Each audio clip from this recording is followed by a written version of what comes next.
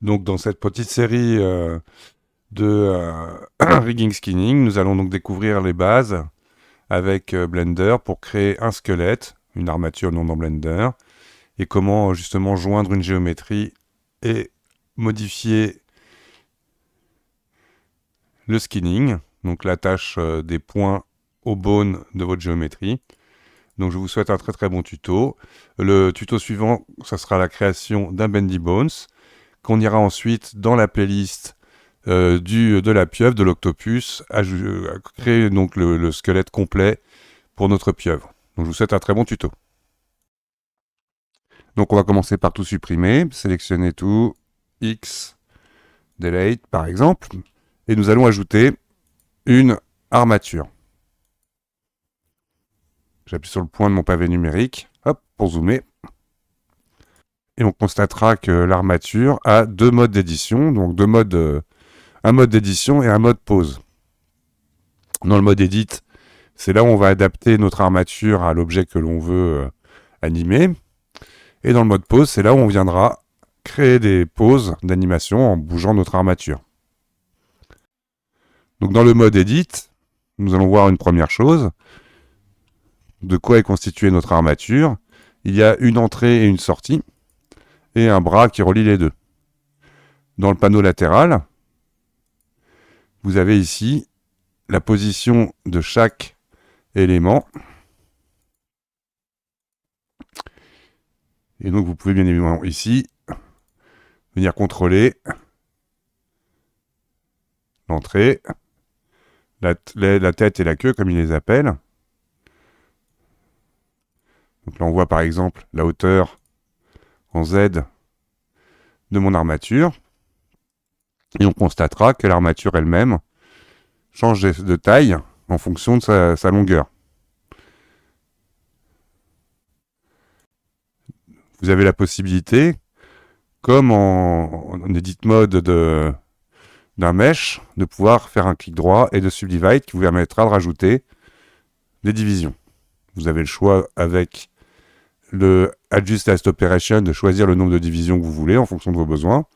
Donc là, on va commencer simple. Donc je vais faire qu'une seule division. Et donc pour éditer notre armature, par exemple, là, si j'y vais avec Move, il faut sélectionner les entrées et les sorties. Et automatiquement, elles sont connectées. Là, je donne un angle à mon armature. Je peux bouger les éléments. Alors j'essaierai de rester toujours dans l'optique de rester le plus centré possible pour gérer ensuite s'il y a symétrie et de conserver donc la logique d'avoir l'avant vers le moins Y et la largeur sur X. Ensuite, nous allons constater dans le pose mode, grâce à la timeline, vous pourrez uniquement faire des rotations. On imagine si je prends le déplacement d'une armature et que je la bouge, c'est une rotation que vous faites. Chaque armature étant reliée par les nœuds d'entrée et de sortie, de manière hiérarchique. On constatera maintenant, quand je sélectionne mes armatures, vous avez dans le panneau latéral un menu concernant les armatures et un menu concernant les bones, les os de l'armature. Et dans la partie relations, vous avez ici, on retrouve la partie transformation des éléments qu'on va pouvoir animer. J'en parlerai après. Mais on trouve notamment la relation de mon armature sur l'armature précédente. À savoir que les liens entre les différentes armatures se feront en edit mode. Là ici, je pourrais casser le lien. Par exemple, si je casse le lien de mon armature, là je vais pouvoir déplacer cette armature indépendamment. On imagine que je la replace légèrement à côté. Je sélectionne mon armature. Je lui redemande d'être enfant au bone. Avec l'option Connected, hop, il reconnecte automatiquement mon armature à la première. Une autre façon de créer des armatures assez simple, je prends par exemple la tête de cette armature-là, je me mets dans une vue orthogonale pour bien rester sur un plan 2D, et j'appuie sur E pour extruder. et je bouge, ça me permet automatiquement comme ça de créer une armature.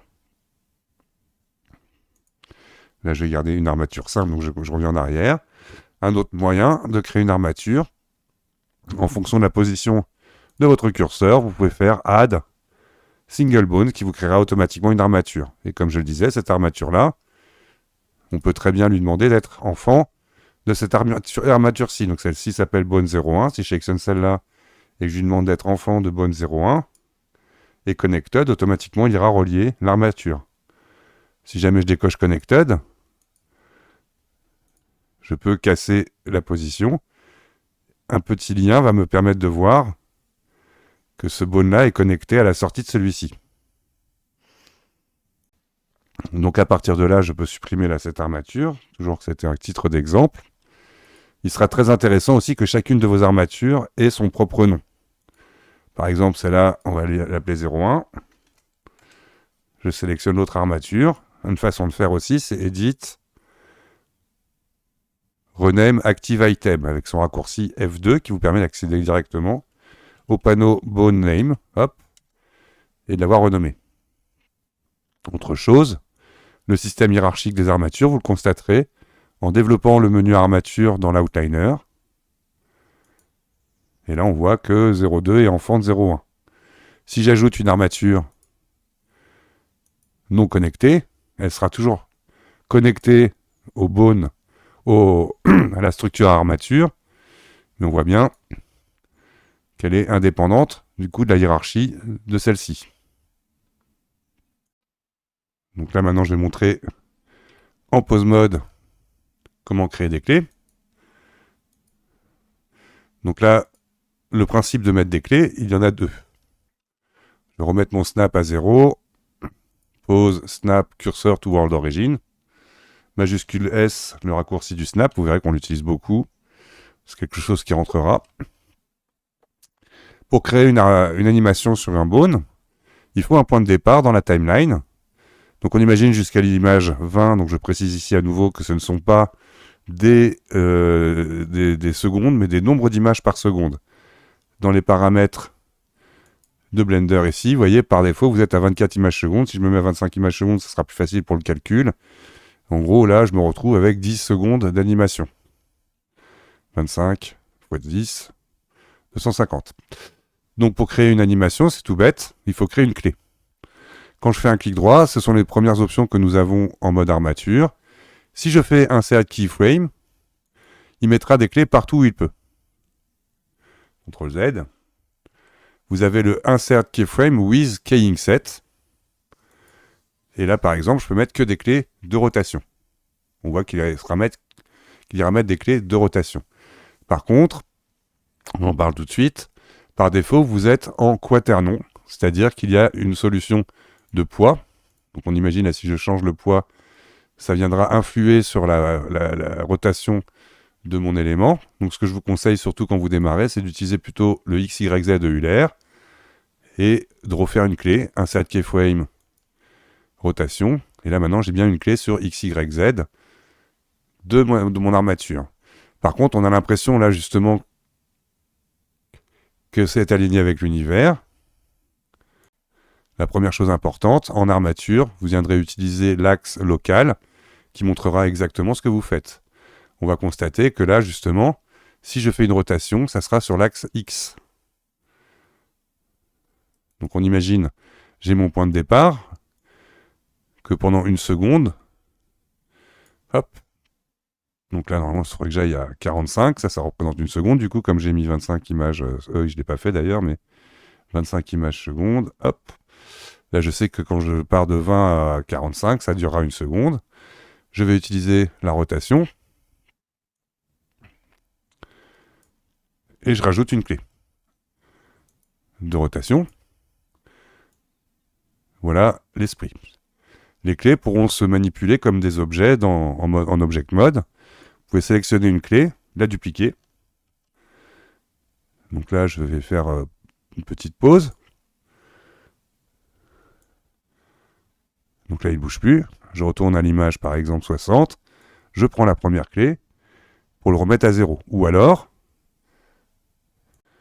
vous avez la possibilité de reset tout simplement la rotation de votre objet. Pause, clear, on va mettre rotation, c'est ça qui a été modifié. Donc il revient à sa position d'origine par rapport à l'edit mode. C'est comment vous avez positionné vos bones en edit mode.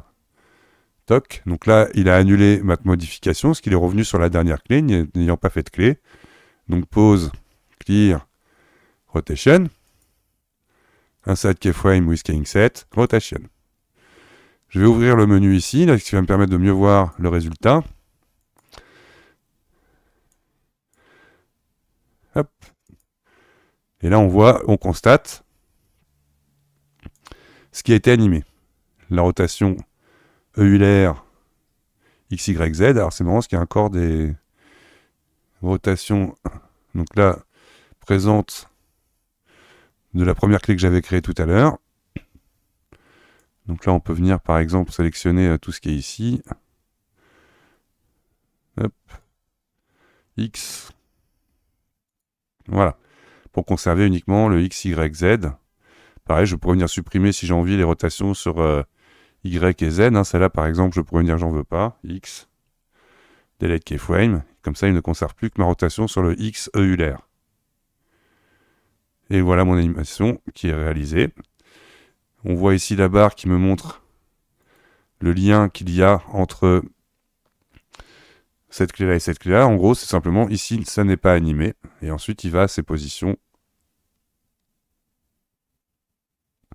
dans la timeline. Donc là, je vais sélectionner toutes les clés, les delete. Et je vais ajouter, donc en mode objet, un cylindre. Donc je me mets en vue 3D pour... ça reviendra au même, et pour que vous voyez mieux. Add Mesh Cylinder. Et je vais venir ici le paramétrer dans le Adjust Last Operation. Je vais lui mettre que 6 côtés. On va le mettre par exemple d'un rayon de 10 cm, d'une hauteur d'1 mètre. Et on va le grimper en Z 2.5. Voilà, pour qu'il représente à peu près la taille de mon armature. Donc, Adjust Last Operation. Si jamais vous perdez le truc, que vous avez fait un simple clic gauche quelque part, c'est une désélection.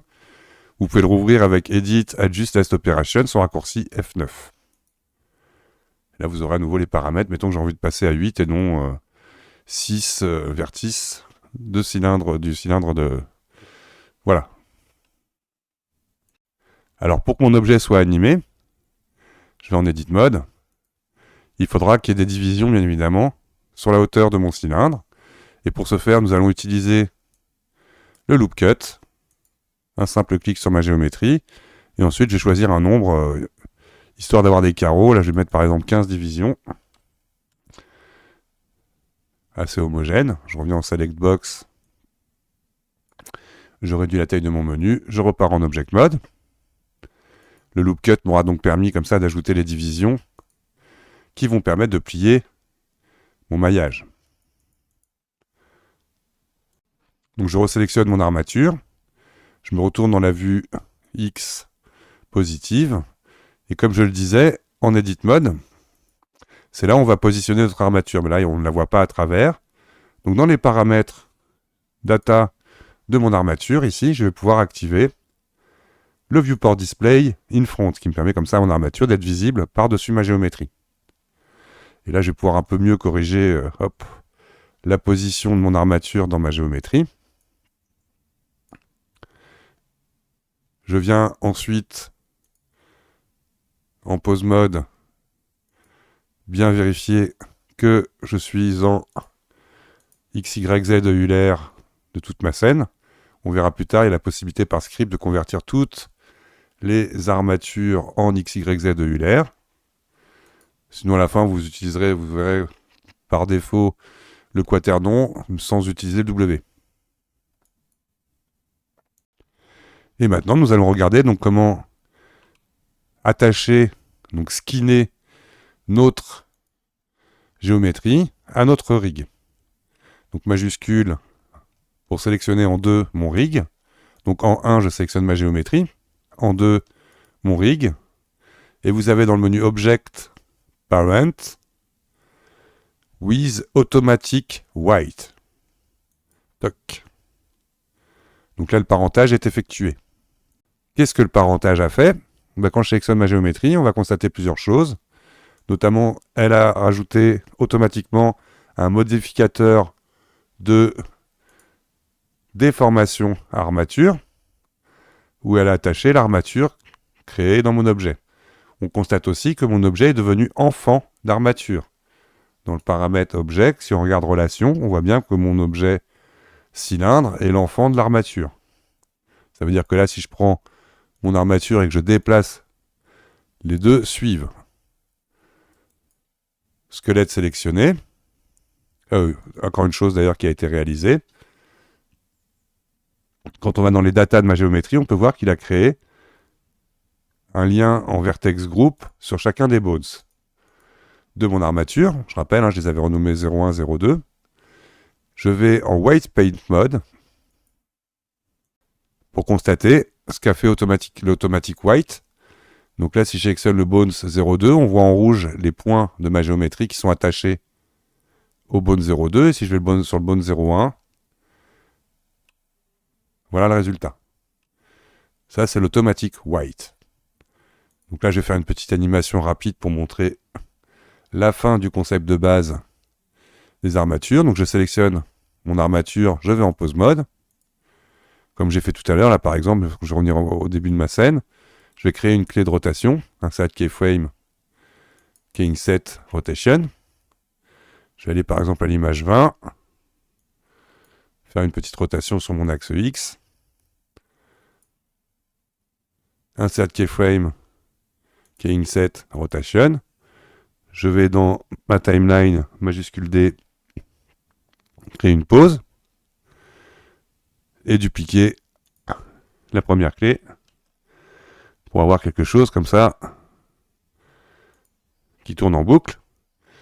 Pour éviter d'avoir, quand vous faites play avec la barre espace, attendre que le truc revienne à chaque fois. Vous pouvez essayer ici, par exemple, je vais donner 60. Ce qui me créera une boucle complète.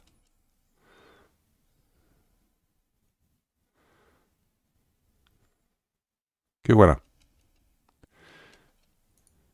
C'est intéressant. Donc là, j'arrête la lecture, je me mets pendant mon pli. On peut voir que, par exemple, la géométrie est assez molle à ce niveau-là. Donc là, je vais en Object Mode. Je sélectionne ma géométrie. Et vous allez pouvoir skinner. Donc là, quand je vais en White Paint, vous avez le pinceau brush de base. White A1, ça veut dire qu'il va ajouter de la dépendance à l'os sélectionné. White A0, en enlever. Par contre, très important, dans l'option d'activer le Auto Normalize. Comme ça, quand vous ajoutez de la dépendance au point d'un bones à l'autre, il va faire la transformation. C'est-à-dire qu'il en enlèvera à l'autre bone. This is the normalize. Vous pouvez utiliser aussi le mirror en X. Alors ça marche pas toujours très très bien, mais là on va voir que si, c'est bon. Là j'ajoute tout simplement de la dépendance au point. Alors pour mieux voir, je vais activer le filaire, comme ça on voit mes bones en filaire.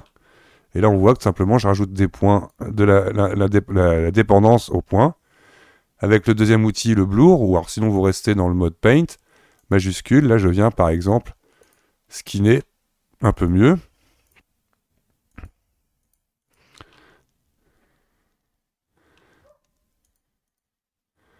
Le résultat. Alors là, hop, on va aller avec un strength un peu moins fort pour y aller plus en douceur. Voilà. Pour finaliser le résultat visible, je vais enlever la transparence. Je vais sélectionner mon bone, ma géométrie, lui faire un shade smooth et lui ajouter un modificateur. Ce sera souvent l'ordre dans lequel vous ferez les choses. De subdivision surface. Toc. Et donc là, vous pouvez ici venir masquer toutes les armatures de votre scène ou venir masquer dans le outliner l'armature. Et voilà le résultat. Barre espace. Des bases à connaître. Rigging, skinning avec Blender.